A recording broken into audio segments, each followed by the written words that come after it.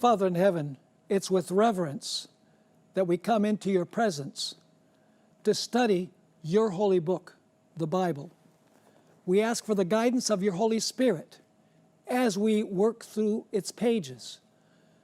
I ask, Lord, that you will give us clear minds, open hearts, remove any obstacle that would keep us from hearing your voice. We thank you for the promise of your presence, and we claim that promise in the powerful name of Jesus. Amen. In a previous lecture, we studied how the Romans came with their legions to the city of Jerusalem, put their standards in the ground, and worshiped the standards as a sign that the city was soon to fall. We noticed that the standard contained an eagle with outstretched wings and a golden wreath around it representing the sun god Mithra. So the Roman legions were actually worshiping the sun god Mithra as they kneeled before their standards. Then we also studied another lesson on how the United States of America, the nation represented by an eagle in the end time, is going to enact a national Sunday law. You see, the Great Seal of the United States not only contains an eagle with outstretched wings, but it also contains two sunbursts on either side of the seal. So the United States will enact a national Sunday law, commanding everyone to worship on the day of the sun. Though the prospect of a national Sunday law appears impossible today, we already noticed that events at the end of the 19th century show that it is very possible for this to happen in these United States of America, in spite of the fact that the First Amendment to the Constitution tells us that Congress can make no law respecting an establishment of religion or prohibiting the free exercise thereof. Now, in this study, we're going to look at a blueprint of end-time events from the perspective of someone who wrote over 130 years ago. Ellen White, whom the Seventh-day Adventist Church considers a prophet for these times, wrote the book, The Great Controversy. This is the illustrated edition. You can get it from Secrets Unsealed. It's beautiful. It has color pictures. It has large print. We also have a simpler copy. But I would recommend that you get a copy of this book from Secrets Unsealed because it is the best commentary that we can find on Matthew chapter 24 and end-time events from a prophetic perspective. So I would encourage you to get a copy of this very important book. In the future, we're going to notice that during the decades of the 80s and 90s, a movement or several movements arose in the United States using the same basic arguments that were used at the end of the 19th century, which shows that in more contemporary times, you could have a religious movement wanting what was wanted by the religious leaders back in the 1860s, 1870s, and 1880s. And then we're also going to have two presentations on what is happening now in our time, in the year 2020. So we still have a lot of material to study in this series. So now we're going to take a look at Ellen White's perspective of end-time events, her blueprint of end-time events. And the first thing that we're going to do is provide an outline of the main points that Ellen White brings to view when she speaks about end-time prophecy. What is going to happen with the papacy and the United States in the end time. So I'm going to give an outline, and then I'm going to read many statements from Ellen White where she speaks about what is going to take place. We're going to amplify the main points that we're going to just look at in outline form. The first point that Ellen White brings to view in her blueprint of end-time events is that the United States of America will embrace Roman Catholic principles by uniting church and state. You see, the word papacy does not refer to the Roman Catholic Church. The papacy means the union of church and state, a system that unites church and state. The deadly wound does not mean that the Catholic Church disappeared. What it means is that the papacy lost its ability to use the civil powers of the world to accomplish its purpose.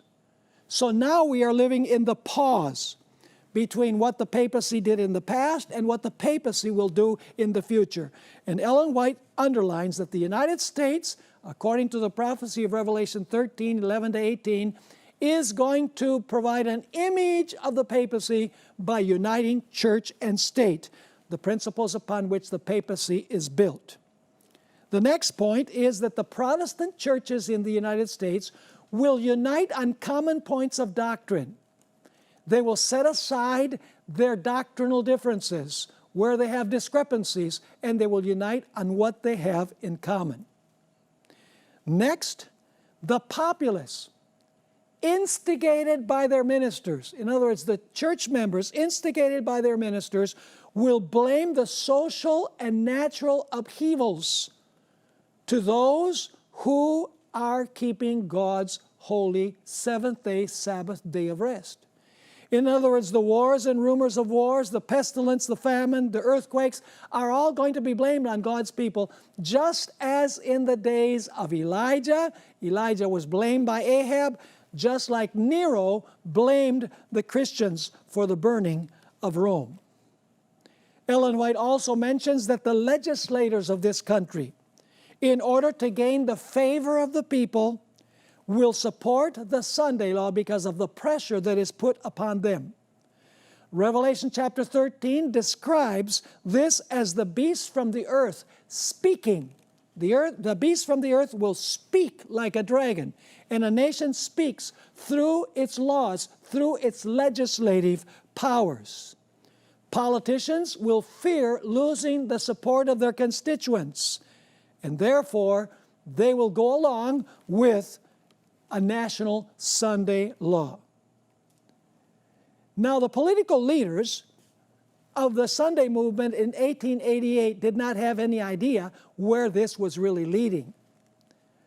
Likewise, at the end of time, we find that the political leaders are not going to be aware of the motivations of the religious leaders that are attempting to use them to accomplish their purposes. I'm reminded of the story of King Ahasuerus in the days of Queen Esther. You know, he had a religious advisor, Haman, who said, you need to destroy all of the Jews because their laws are different than any other people's laws. And it's risky to keep anybody around who has different laws.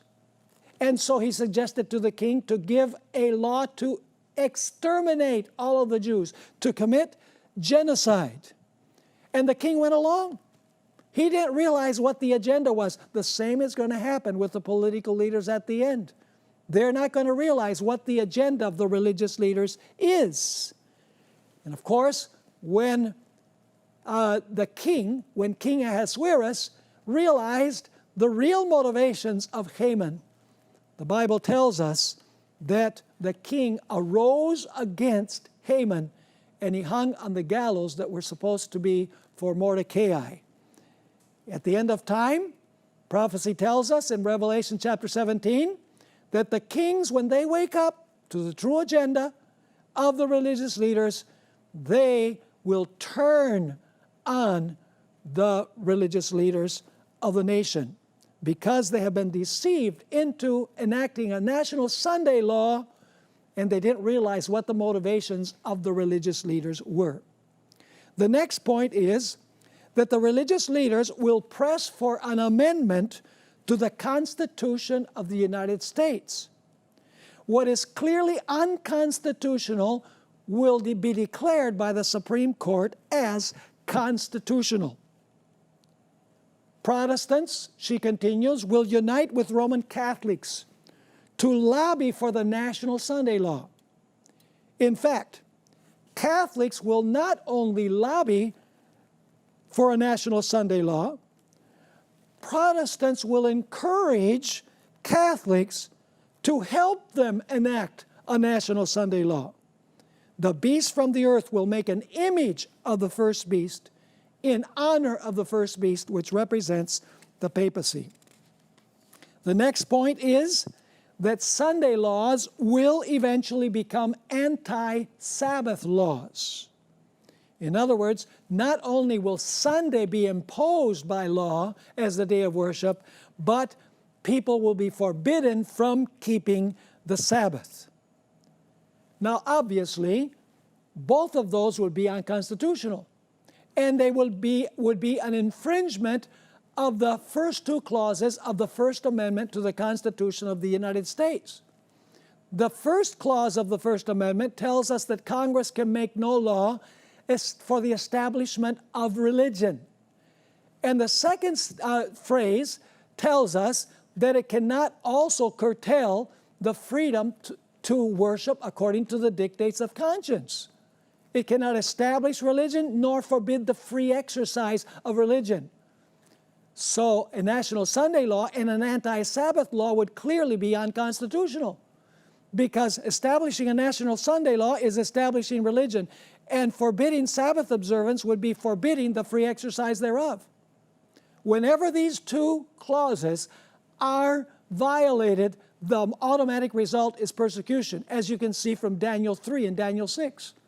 In Daniel chapter 3, you find King Nebuchadnezzar, the civil ruler, building a gigantic image and commanding everyone to worship. The king is establishing religion. What was the result? The three young men ended up in the fiery furnace, and if God had not come to deliver them, they would have burnt up. But in Daniel chapter 6, you have another story that illustrates the second phrase of the First Amendment to the Constitution. And that is that in Daniel chapter 6, Daniel is forbidden from praying to his God. See, that's not an establishment of religion. That's a prohibition against him practicing his religion. And what was the result? The result is that Daniel ended up in the lion's den, but God once again came and protected Daniel. Ellen White continues her blueprint of end-time events. She stated that the clergy will use underhanded and devious methods to secure Sunday law legislation. They will not overtly show what the true agenda behind it is. Ellen White also mentions that the advocates of Sunday laws will link it with many good causes. You know, back in 1888, it was prohibition that was linked with the Sunday law. The WCTU, the Women's Christian Temperance Union, and the third-party prohibitionists fought for a Sunday law tooth and nail, but they also fought for temperance. Now perhaps the issues will be family, climate change, gender issues, marriage between a man and a woman, and the sanctity of life. In other words, there might be different issues, but still, the point is that Sunday legislation will be linked with other causes that are not necessarily bad. Ellen White continues, saying that eventually the entire world will follow in the footsteps of the United States and eventually enforce a universal Sunday law.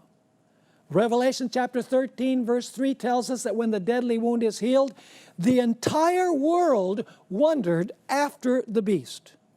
Some people say, Pastor Bohr, you're crazy.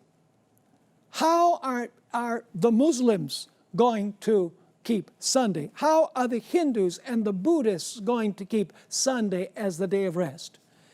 Listen, folks, when things get really bad, when there's terrible riots and turmoil in society, when there are many natural disasters, one right after another of different types, and when there are miraculous things that are happening in the world, strange things can happen.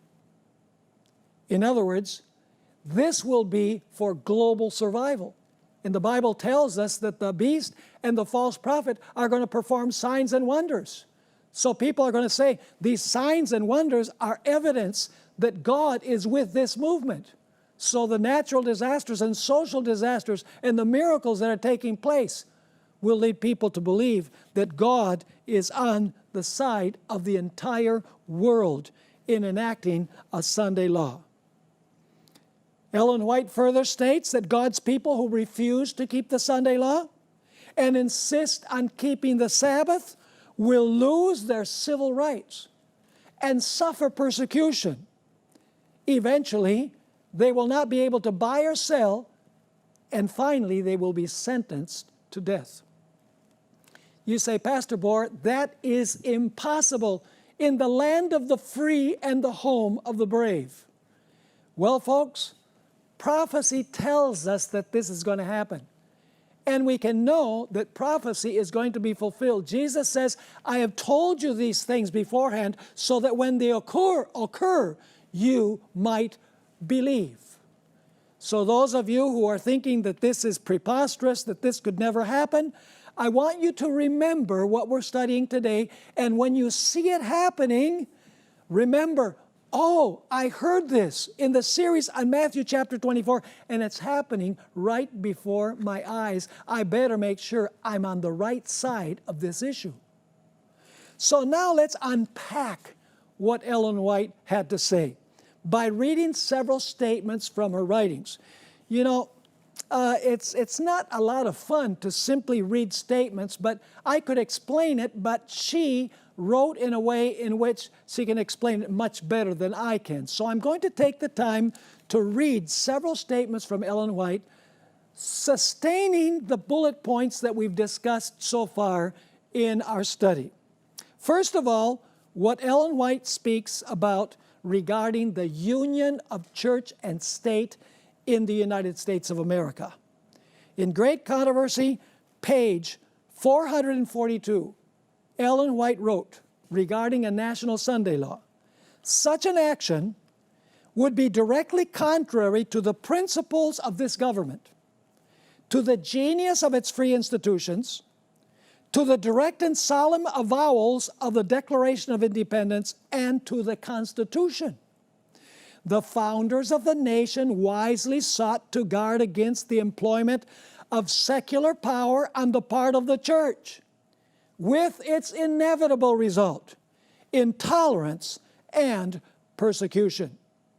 The Constitution provides that Congress shall make no law respecting an establishment of religion or prohibiting the free exercise thereof, and that no religious test shall ever be required as a qualification to any office of public trust under the United States.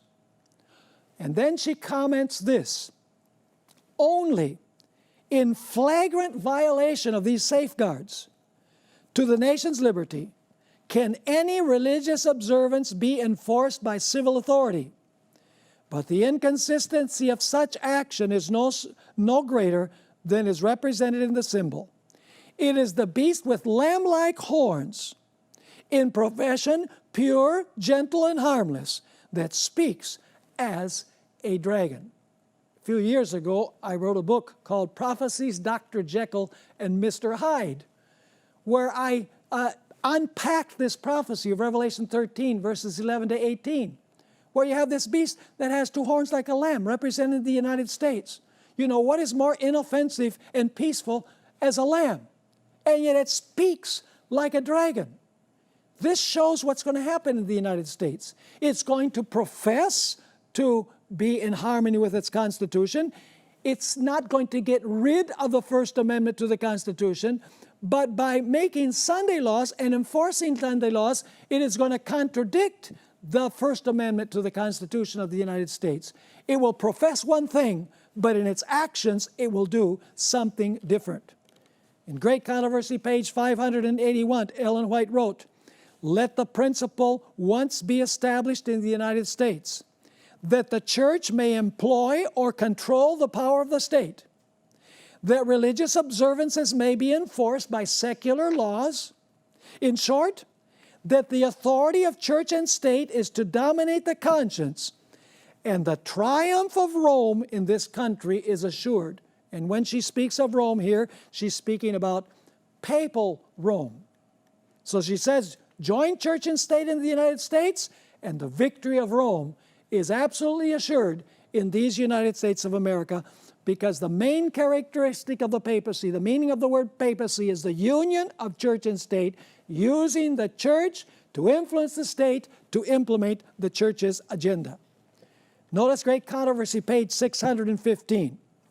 As the Sabbath has become the special point of controversy throughout Christendom, and religious and secular authorities, listen carefully, have combined to enforce the observance of Sunday, the persistent refusal of a small minority to yield to the popular demand will make them objects of universal execration. And I know you're thinking, Pastor Bohr, this is the United States. This can never happen in the United States.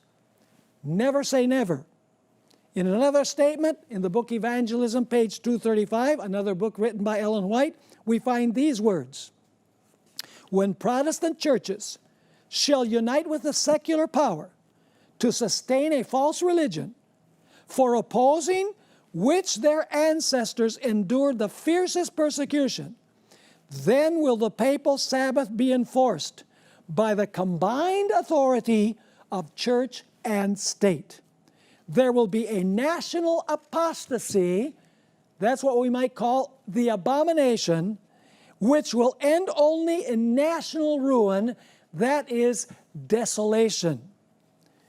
Once again, in volume 5 of the Testimonies, page 712, Ellen White wrote concerning the national reform movement, which was the movement in the latter half of the 19th century, the following. The national reform movement, exercising the power of religious legislation, will, when fully developed, manifest the same intolerance and oppression that have prevailed in past ages.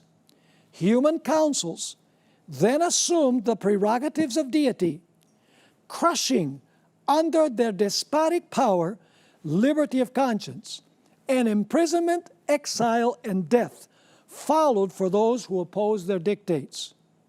If popery means the papacy, it's a word that was used back in the 19th century.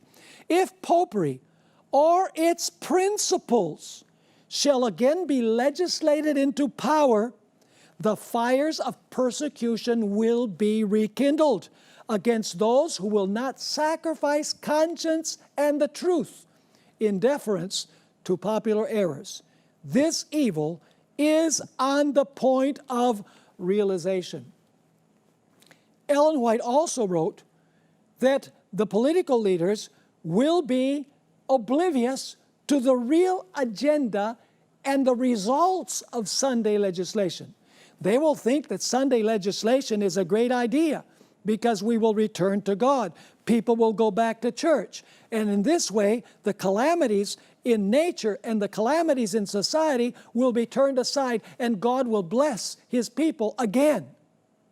But the opposite is going to happen because this is a return to church by obligation, and it is contrary to what God teaches in His holy word. If they said everybody should observe the Sabbath, not by law, but voluntarily, that would be fine. But telling people that they have to violate God's holy law and keep a day that the fourth commandment does not tell us to keep is apostasy, and they don't see the results.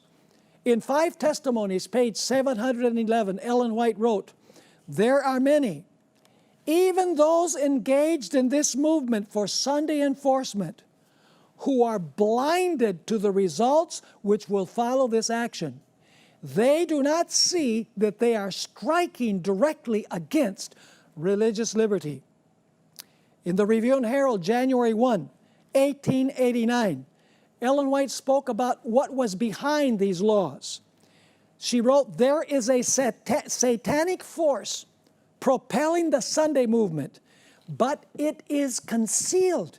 In other words, it looks good, but it's not. She continues, "Even the men who are engaged in this work," see, even those who were pressuring for a Sunday law, even the men who are engaged in the work are themselves blinded to the results which will follow their movement. In other words, it will lead to national ruin because it's an abomination in the sight of God. Ezekiel chapter 8 tells us the greatest abomination that was being committed among those who professed to serve God was that the leaders had their backs to the temple of God and they were worshiping the sun toward the east. That was the greatest abomination and it will be the greatest abomination at the end of time, changing God's holy law by human legislation. In volume 4 of the Testimonies, page 452, Ellen White wrote, "The Sunday movement is now making its way in darkness. The leaders are concealing the true issue. And many who unite in the movement do not themselves see whither the undercurrent is tending. Its professions are mild and apparently Christian. But when it shall speak, it will reveal the spirit of the dragon."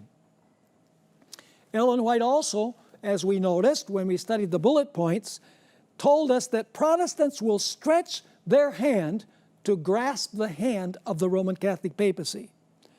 In the book Maranatha, page 179, Ellen White wrote, "Protestants will throw their whole influence and strength on the side of the papacy by a national act."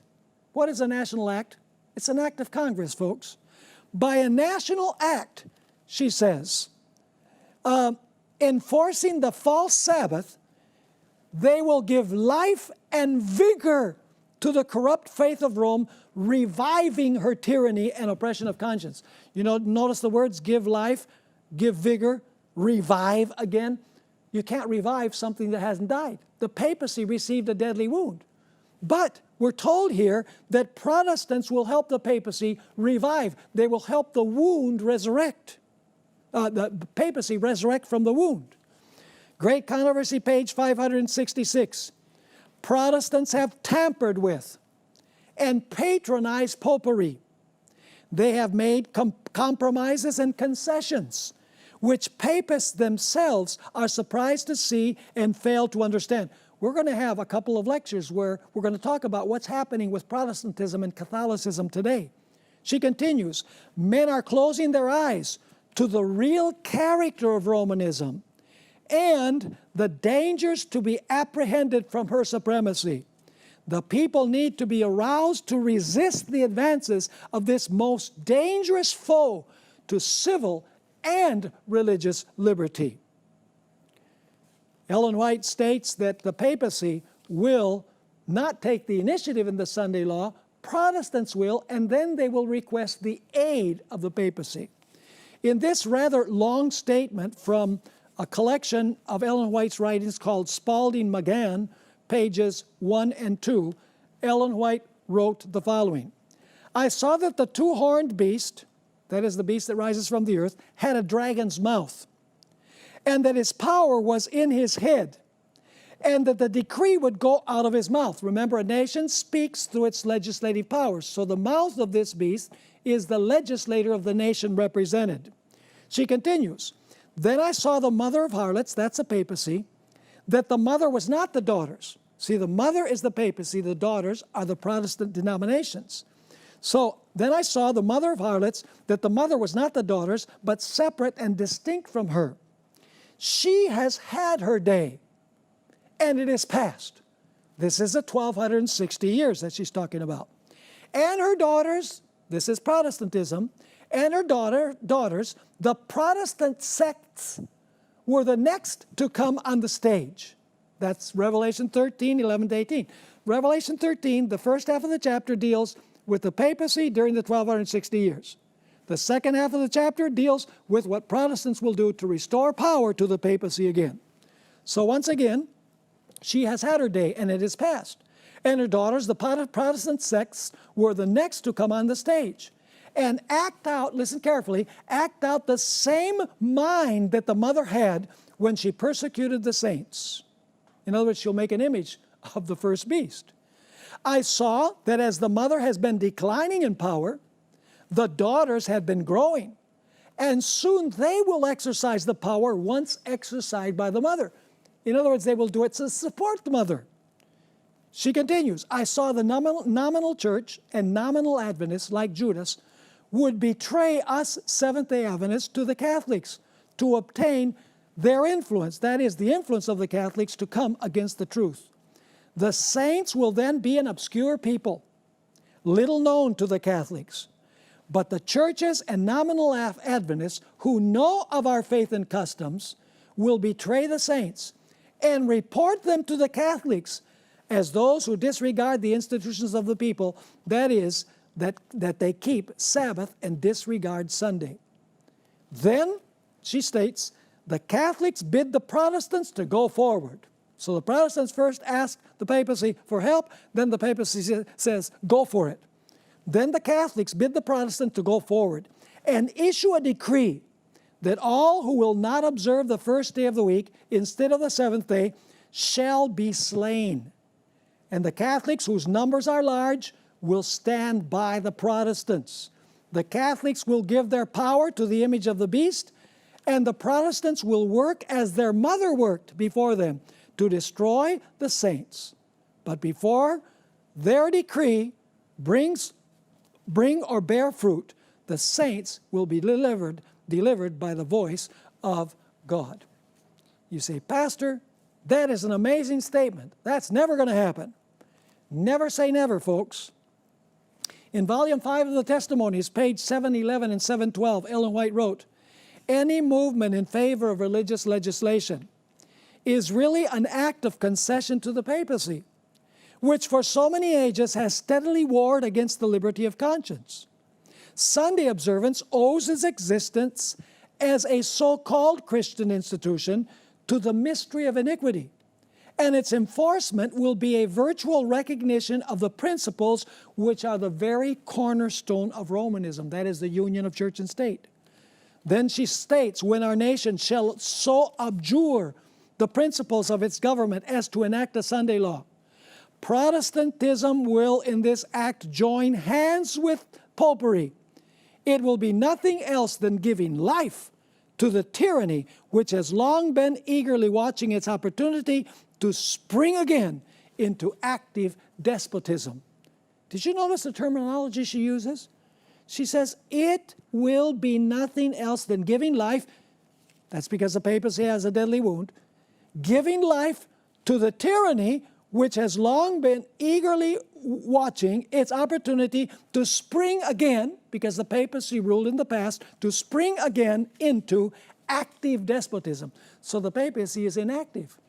Now we are in the pause period between the two phases of the tribulation. The past phase, 538 to 1798, and the future phase, which is right before the close of probation. Ellen White also states that there will be, among Protestants, a desire to unite with Catholics on the basis of doctrines that they hold in common, as well as uniting denominations among the Protestants, uniting on common points of doctrine and setting aside the issues on which they don't agree. In the book Great Controversy, page 445, Ellen White wrote, when the leading churches of the United States, uniting upon such points of doctrines as are held by them in common, shall influence the state to enforce their decrees and to sustain their institutions, then Protestant America will have formed an image of the Roman hierarchy, and the infliction of civil penalties upon dissenters will inevitably result. So they're going to unite on common points of doctrine, and then they're going to influence the state to do what the church wants, which is a national Sunday law. In Great Controversy, page 444, Ellen White wrote, the wide diversity of belief in the Protestant churches is regarded by many as decisive proof that no effort to secure a forced uniformity can ever be made. But there has been for years, in churches of the Protestant faith, a strong and growing sentiment in favor of a union based upon common points of doctrine. To secure such a union, the discussion of subjects upon which all were not agreed, however important they might be from a Bible standpoint, must necessarily be waived. So they're going to waive the issues that divide Protestants, and they're going to unite on common doctrines. And two of those doctrines will be the sanctity of Sunday and the immortality of the soul, which Catholics and Protestants, virtually all Protestants, share in common. In another statement, Great Controversy, page 563, we find these words: "There is an increasing indifference concerning the doctrines that separate the Reformed churches from the papal hierarchy. The opinion is gaining ground that, after all, we do not differ so widely upon vital points as has been supposed, and that a little concession on our part will bring us into a better understanding with Rome." Ellen White also wrote about the role of the clergy in securing a national Sunday law. In Review and Herald, December 24, 1889, Ellen White wrote these powerful words: "Plans of serious import to the people of God are advancing in an underhand manner among the clergymen of various denominations. And the object of this secret maneuvering is to win popular favor for the enforcement of Sunday sacredness." So notice, secret maneuvering to win popular favor for the enforcement of Sunday sacredness. Now listen carefully. If the people can be led to favor a Sunday law, then the clergy intend to exert their united influence to obtain a religious amendment to the Constitution and compel the nation to keep Sunday. This reminds us of the times of Christ. You know, it was not the populace that came up with the idea of crucifying Christ. It was actually the religious leaders of that day and age that instigated the people to clamor for the death of Jesus. People need to learn to think for themselves, folks. Don't just believe everything that you hear. Compare what you hear with what God says in His holy word. Ellen White also states that politicians will accede to the popular demand. In other words, they'll give in to the popular demand. Many of them might not believe that it's a good idea. Many might believe that it's unconstitutional. And yet they will go along with the Sunday law that the religious leaders want. In Great Controversy, page 592, Ellen White gave us the reason why. "The dignitaries of church and state will unite to bribe, persuade, or compel all classes to honor the Sunday. The lack of divine authority will be supplied by oppressive enactments. Political corruption is destroying love of justice and regard for truth. And even in free America, rulers and legislators," listen carefully now, "rulers and legislators, in order to secure public favor," we call them votes, folks, "in order to secure public favor, will yield to the popular demand for a law enforcing Sunday observance. Liberty of conscience, which has cost so great a sacrifice, will no longer be respected."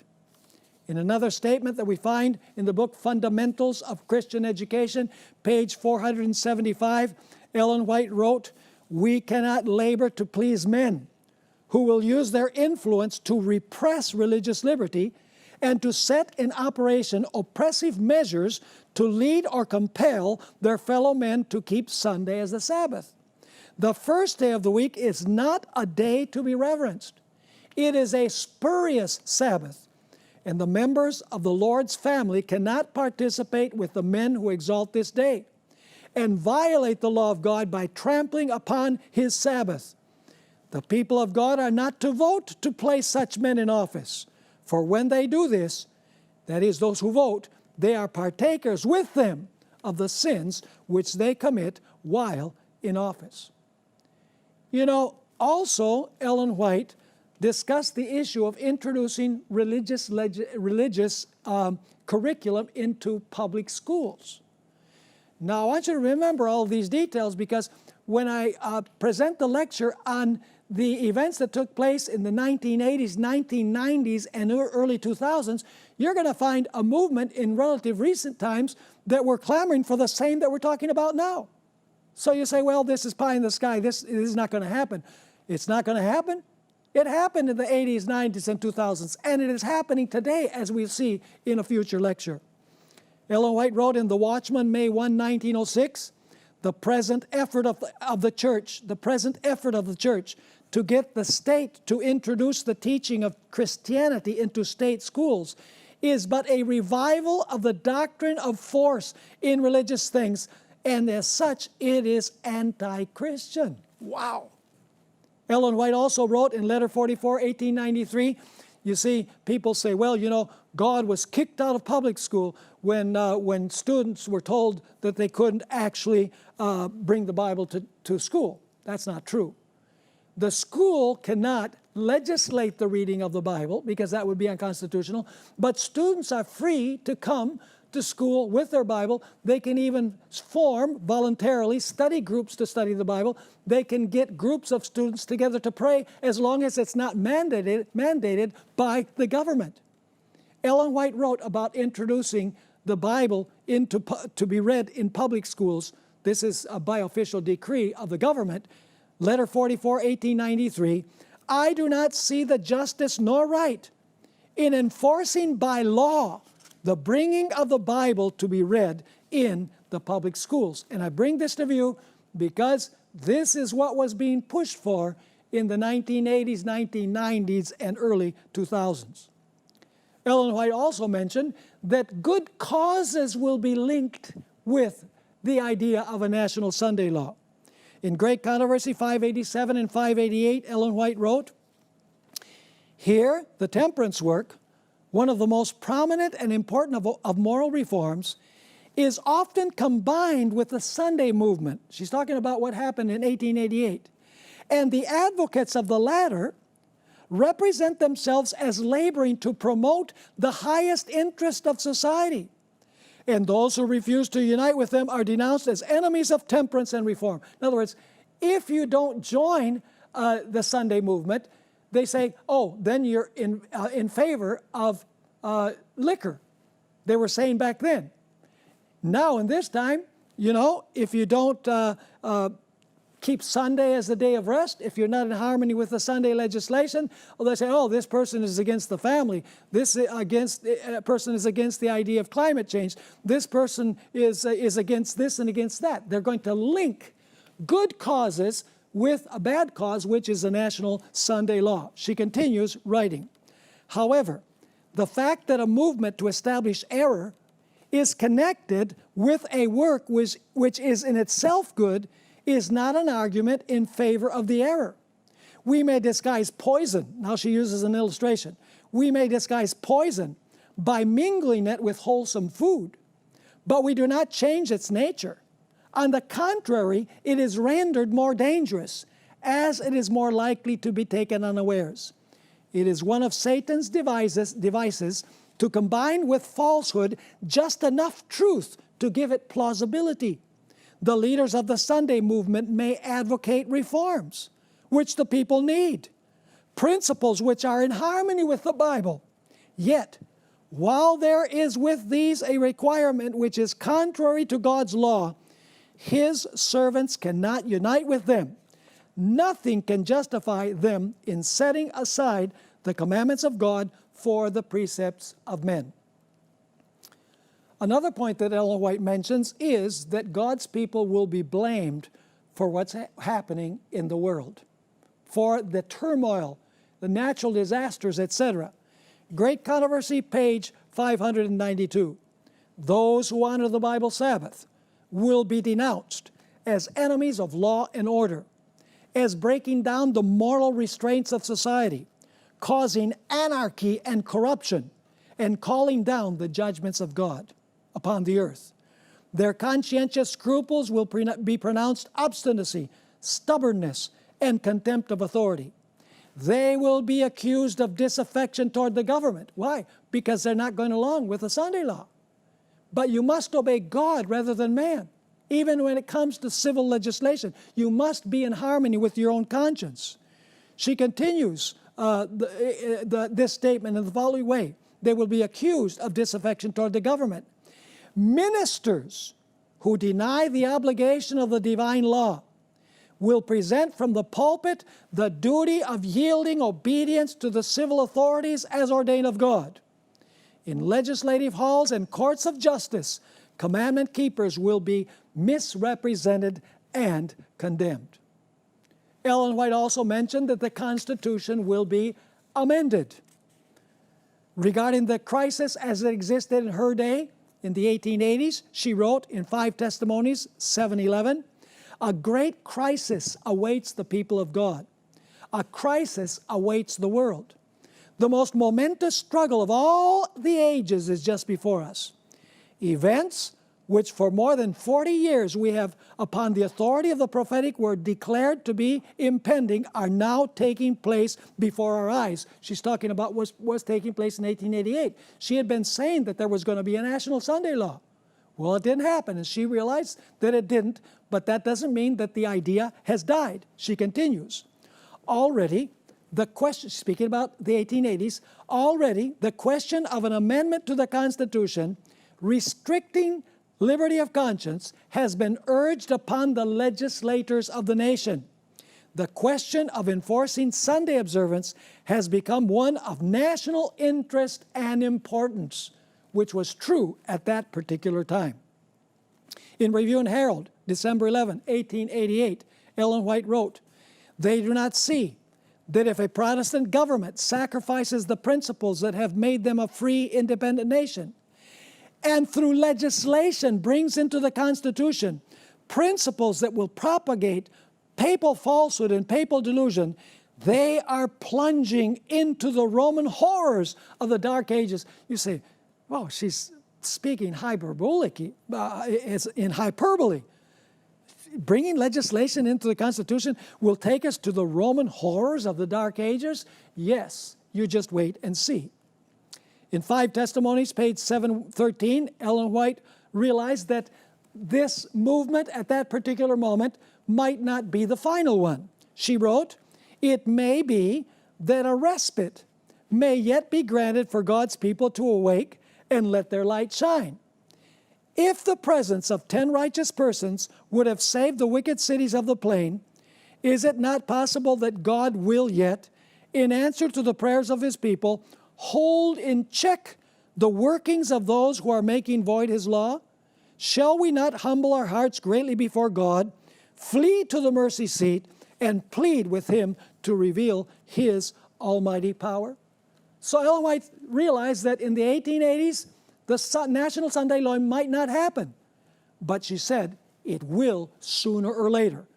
In Review and Herald, February 16, 1905, Ellen White wrote, "Sooner or later, Sunday laws will be passed." So sooner or later, there's going to be Sunday laws. However, there is much for God's servants to do to warn the people. This work has been greatly retarded by their having to wait and stand against the devisings of Satan, which have been striving to find a place in our work. We are years behind, Ellen White wrote. Ellen White also stated that not only will pro-Sunday laws be established, but also anti-Sabbath laws. In the little work, The Southern Work, page 69, Ellen White wrote, "The time will come when men will not only forbid Sunday work, but they will try to force men to labor on Sabbath. And men will be asked to renounce the Sabbath and to subscribe to Sunday observance or forfeit their freedom and their lives. But the time for this has not yet come, for the truth must be presented more fully before the people as a witness." And then she states that the whole world will join the United States in the idea of a universal Sunday law. I'm going to read several statements now quickly. Maranatha, page 217. "The whole world is to be stirred with enmity against Seventh-day Adventists because they will not yield homage to the papacy by honoring Sunday, the institution of this anti-Christian power. It is the purpose of Satan to cause them," that is the remnant, "to be blotted from the earth in order that his supremacy of the world may not be disputed." Volume 6 of the Testimonies, page 18. "As America, the land of religious liberty, shall unite with the papacy in forcing the conscience and compelling men to honor the false Sabbath," that is Sunday, "the people of every country on the globe will be led to follow her example." Folks, every country on the globe will follow the example of the United States. Volume 3 of Selected Messages, page 392, Ellen White wrote, "The so-called Christian world is to be the theater of great and decisive actions. Men in authority will enact laws controlling the conscience after the example of the papacy. Babylon will make all nations drink of the wine of the wrath of her fornication. Every nation will be involved because there will be a global emergency, not a national emergency merely, but a global emergency because of all of the things that are taking place." Volume 6 of the Testimonies, page 395, Ellen White wrote, "Foreign nations will follow the example of the United States. Though she leads out," see, the United States is going to lead out, "yet the same crisis will come upon our people in all parts of the world." One other statement, this is found in the same three selected messages, 427 and 428. "The wicked declared that they had the truth, that miracles were among them, that angels from heaven talked with them and walked with them, that great power and signs and wonders were performed among them." So you're going to see a lot of signs and wonders in the Christian world. She says, "and that this was the temporal millennium that they had been expecting so long. The whole world was converted and in harmony with the Sunday law." So what is to be the Seventh-day Adventist response to all of this? Ellen White gave counsel to the ministers of the Seventh-day Adventist Church because I hear very little being said about this in this time of crisis in the world. This is present truth. We're seeing events that could very well lead quickly to what we're discussing here from the writings of Ellen White. Ellen White wrote in 5 Testimonies, page 715, "Not all our ministers who are giving the third angel's message really understand what constitutes that message. The national reform movement has been regarded by some as of so little importance that they have not thought it necessary to give much attention to it, and have even felt that in so doing they would be giving time to questions distinct from the third angel's message. May the Lord forgive our brethren for thus interpreting the very message for this time. The people need to be aroused in regard to the dangers of the present time. The watchmen are asleep. We are years behind." So let me ask you, what is it that could actually bring a change to society? Is it more laws, more police, more surveillance that would lead to peace and harmony in society? Why is it wrong for church and state to be joined together? I want to end by reading a rather lengthy statement from the book Desire of Ages 509 and 510.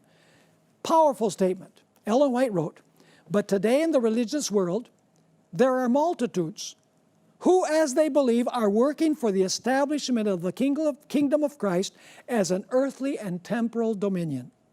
They desire to make our Lord the ruler of the kingdoms of this world, the ruler in its courts and camps, its legislative halls, its palaces and marketplaces. They expect him to rule through, Jesus to rule through legal enactments enforced by human authority. Since Christ is not here in person, they themselves will undertake to act in his stead, to execute the laws of his kingdom. The establishment of such a kingdom is what the Jews desired in the days of Christ.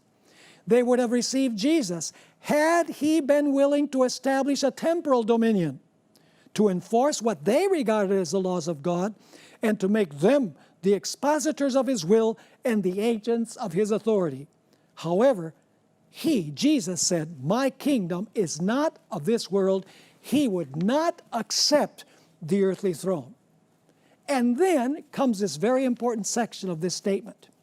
The government under which Jesus lived was corrupt and oppressive. On every hand were crying abuses, extortion, intolerance, and grinding cruelty. Did you ever see Jesus picketing or demonstrating or rioting to get society to change? No. So what was the solution? Ellen White continues, "Yet the Savior attempted no civil reforms. He attacked no national abuses, nor condemned the national enemies. He did not interfere with the authority or administration of those in power. He who was our example kept aloof from earthly governments.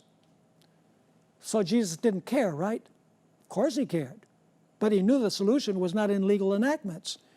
She continues, not because he was indifferent to the woes of men, but because the remedy did not lie in merely human and external measures. To be efficient, the cure must reach men individually and must regenerate the heart. You know, there's this big debate now about race in the United States, racism. You know, you cannot make someone who is a racist not a racist by legislation. Yeah, you can make laws so that externally society can function better. Nothing wrong with that. But really, you cannot change a person's heart from being racist to not being racist by laws. The heart has to be changed. Ellen White continues, not because he was indifferent to the woes of men, but because the remedy did not lie merely in human and external measures. To be efficient, the cure must reach men individually and must regenerate the heart. And then comes this, not by the decisions of courts or councils or legislative assemblies, not by the patronage of worldly great men, is the kingdom of Christ established, but by the implanting of Christ's nature in humanity through the work of the Holy Spirit. As many as received him, to them gave he power to become the sons of God, even to them that believe in his name, which were born not of blood, nor of the will of the flesh, nor of the will of man, but of God. And then she states, here is the only power that can work the uplifting of mankind, and the human agency for the accomplishment of this work is the teaching and practicing of the Word of God. People are not changed by what happens on Capitol Hill, but rather by what happens in the home, in the school, and in the church. Legislation does not change the heart. It might improve society externally so that there's more peace and tranquility, but legislation does not change the heart. The Holy Spirit changes the heart. When the early church lost the Spirit and power of God, society fell apart. And that's when the church became apostate and said, let's appeal to the strong arm of the state to bring order in society. And when church and state joined together, the automatic result was persecution against dissenters. So this is only one presentation in many that we will have in the next several lectures on what is happening and what will soon take place.